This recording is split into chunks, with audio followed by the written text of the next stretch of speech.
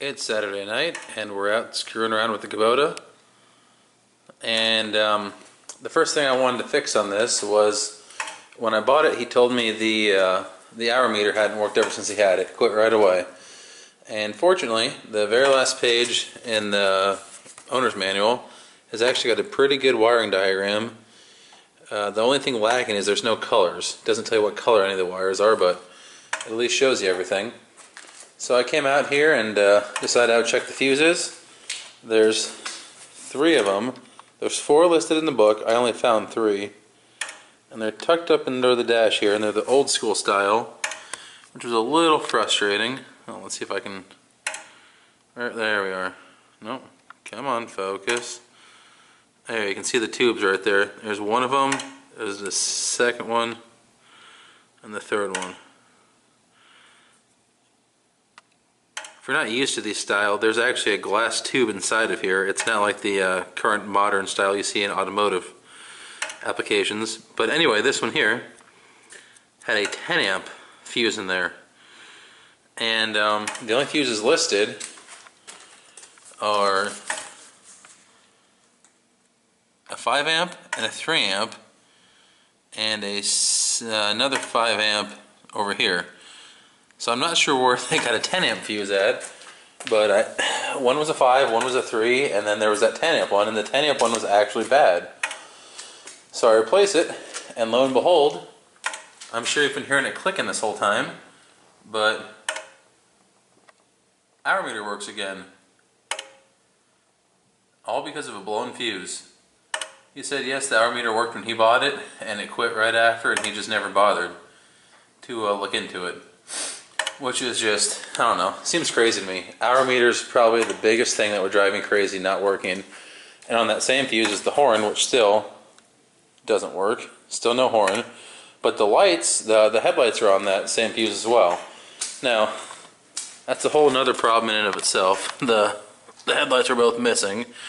And I might see if I can't buy a new, just round LED kind of whole fixture that would just fit right in there. But here's the tail light. Wrong switch. Comes on. So we've got power to that now too. And this guy here, the little hazard light, the wires broke off, but we do have power coming out here, and we've got power on both of those wires over there. All because of a stupid blown fuse. So it just goes to show you, always start with the easiest. I didn't even bring the camera out because I thought, oh, it's not going to be a fuse. Surely he checked that it's going to be, something else. But I thought I would just start the basics and just kind of have a clue of where we're going to go with this video. And lo and behold, it was just a blown fuse. So I put a 7.5 in there because all I had was 7.5 amp. I don't have very many. I don't have a large selection of the glass tube type. Actually, hang on a minute. So these 5 styles should be all the different kinds of fuses you're going to run into. This is the glass tube style, which is in the tractor currently. You should not run into this. I don't really think I've seen it in a vehicle past late 80s. Ford, I know, used these. I'm not sure if any other manufacturer did. These were the old style of maxi fuses, which was then replaced with this one. This here is your normal size fuse, what I call a normal size fuse. I'm sure there's a special name for it, but to me that's a normal size fuse there. This is the maxi fuse, and this is the new modern mini fuse, much smaller in comparison. But any of these are much easier to deal with than these stupid glass ones. I can't stand them because I'll show you the maxi. It's got these little tips right here. You can just stick your test light on the back of that and it'll light up. You know the fuse is good. You got power going right through the circuit. With this, with the old glass style, it's completely enclosed in that plastic tube. Unless you're going to back probe the wire, which I really don't like to do, you can't get the same test accomplished nearly as easily. But those are the kind of fuses you're going to run into. And the holders were in good condition for this. If they weren't, I'd probably cut them out and just put a new fuse block in that takes these normal fuses. But that can be a project down the road. For now, I'm going to have to buy a little pack of 5 amperes because clearly that's going to cause an issue. having a fuse too large in there. Even though it had a 10 amp and it wasn't blown, it was still it didn't have continuity from one end to the other. However, the little metal strip in there was still in good shape. So I don't know what happened there, but I don't know if the solder joint at the end broke or what. But anyway, got the hour meter going, which I'm just thrilled about because I've been using it. It's just been driving me crazy, not knowing how many hours I'm putting on it. Got the lights up and operational.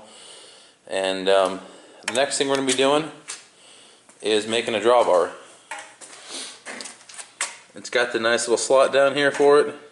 It'll slide right inside, and it's a 3/4 inch pinhole there to pin it in place. And so I'll be doing that here next. That'll be the next project we're working on. I had the materials laying around somewhere, and now of course they're escaping me, but anyway.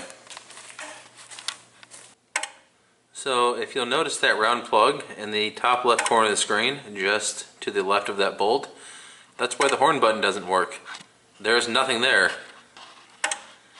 I was looking at the manual some more, and I just happened to notice under horn button it says option. So I felt around the backside, and lo and behold, we don't have a horn. Now, however, we do have this John Deere 400, which I put a horn on.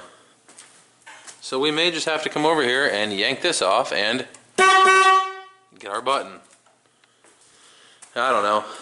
Probably really not necessary, but for some reason, I like to have horns on them.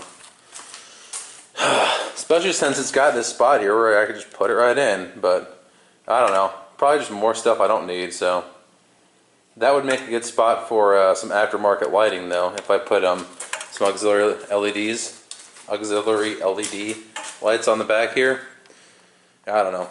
More stuff to think about, I guess, but one more thing checked off the list, no horn. We've got one functional hazard light, and we've got one functional tail light.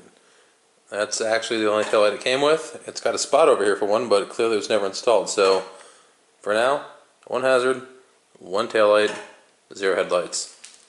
Making progress. One other issue we're going to have to get into is it does have a diesel fuel leak. I don't know if it doesn't appear to be one of the return lines. It appears to be it's leaking out around one of the injectors somewhere. In the picture it just looks like glossy paint, but that's actually diesel fuel puddled up. This whole little well up here is full of diesel fuel.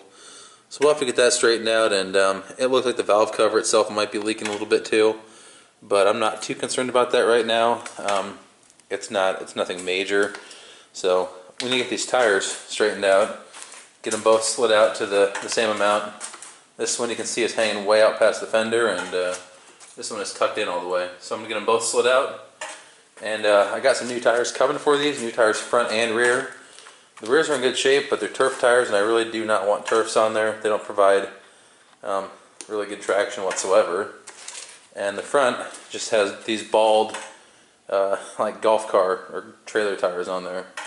So, not even in the frame. There we go. But got some new tires coming, and that'll be the next project we got coming up, probably. Tires, blah, blah, blah, blah. Our next project will be to turn this piece of steel here into a drawbar. It slides right in the slot here, and it's got a pin, a 3/4 pinhole drilled. Gonna have to enlarge the hole that's in there and move it back slightly. And I was just gonna use this as a drawbar, but then I thought, you know what, even better. Let's take this old receiver hitch from a bumper that I used to have and weld that on there. So we're going to chop these off here at 45 and probably weld the hook up top for if I ever want to hook a log chain or something on there. But we will flip this baby right around and just weld it right on the bottom there. So this part can slide up inside that slot in the back of the Kubota where it will attach, and then we'll have a nice receiver hitch. So instead of just having a a drawbar off the back of it, we'll have a nice receiver, and we can put whatever we want in there. If I just want to put a drawbar in there, just a plain shank with no ball, I can do that, or a tri-ball, whatever I want. So that's coming up in the near future.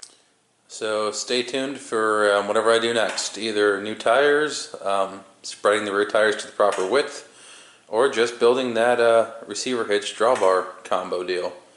So if you guys like these videos, please comment, rate, subscribe, and stay tuned for more. Thanks.